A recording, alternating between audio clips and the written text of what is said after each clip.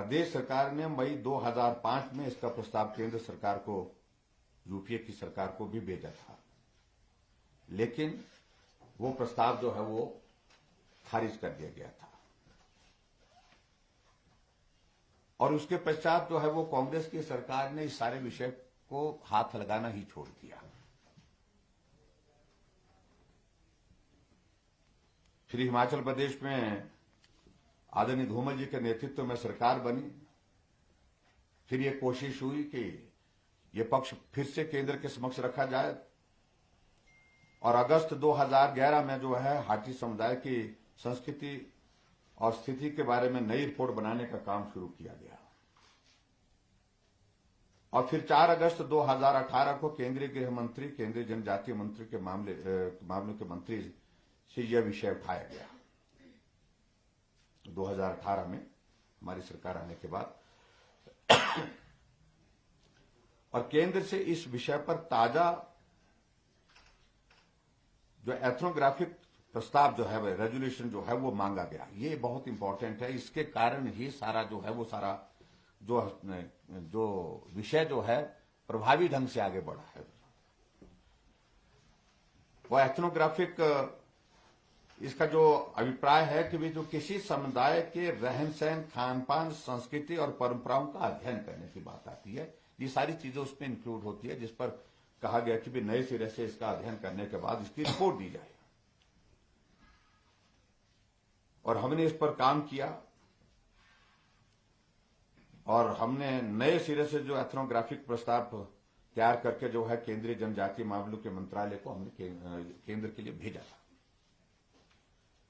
और इसमें एक बात मैं ये भी कहना चाह रहा हूं कि 10 मार्च 2022 को माननीय केंद्रीय गृह मंत्री को पत्र लिख करके हमने आग्रह किया कि रजिस्ट्रार ऑफ इंडिया आरजीआई को हाटी समुदाय की अनुसूचित जाति का दर्जा देने के प्रस्ताव पर विचार करने के निर्देश दिए। ये हमने फिर से उनके साथ एक कम्युनिकेशन किया और इस संबंध में 11 मार्च 2022 को माननीय केंद्रीय गृह मंत्री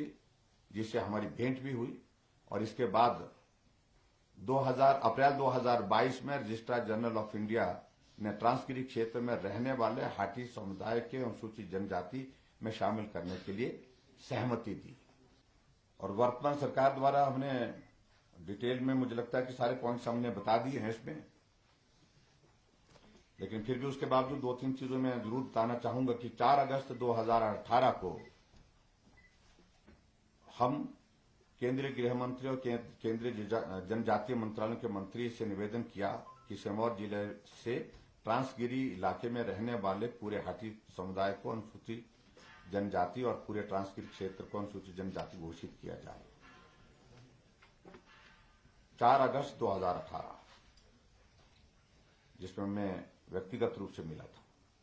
24 अक्टूबर 2018 को भारत सरकार के जनजातीय मामलों के मंत्रालय ने राज्य सरकार इस संबंध में पूर्ण एथनोग्राफिक स्टडी करके यथाशीघ्र प्रस्ताव भेजने को कहा था। और उसके बाद ताजा एथनोग्राफिक प्रस्ताव जो हमने भेजा हाटी समुदाय को हिमाचल प्रदेश की अनुसूचित जनजाति की सूची में शामिल करने के संबंध में ताजा एथनोग्राफिक प्रस्ताव तैयार करके केंद्रीय जनजातीय मंत्रालय को भेजा गया 18 सितंबर 2021 को और 3 मार्च 2022 को प्रस्ताव भेजा गया। ये 2 बार भेजा था हमने प्रस्ताव। तो ये जानकारी में थोड़ा सा एक आपको डिटेल में जो पॉइंट्स जिस पर जो एफर्ट्स बार बार हुए। लेकिन इसके बाद सबसे बड़ी बात यह है कि जब भी हमारा केंद्रीय गृह मंत्री जिससे मिलना हुआ, चाहे वो हमारे चंडीगढ़ में हमारी बैठक थी, चाहे वो हमारी बैठक वो जयपुर में थी, हमारी जो जोनल काउंसिल की मीटिंग थी, उसमें अलग से समय लेकर के मैंने हमेशा इस सारे विषय को लेकर के बात की। और अभी मैं इतना कहना चाहता हूं कि अभी मेरे 4 दिन पहले फिर केंद्रीय गृह मंत्री जी से बात हुई, पार्टी के हमारे राष्ट्रीय अध्यक्ष जी से बात हुई। हमने कहा कि अभी का ये जो मंत्रिमंडल जो पिछले कल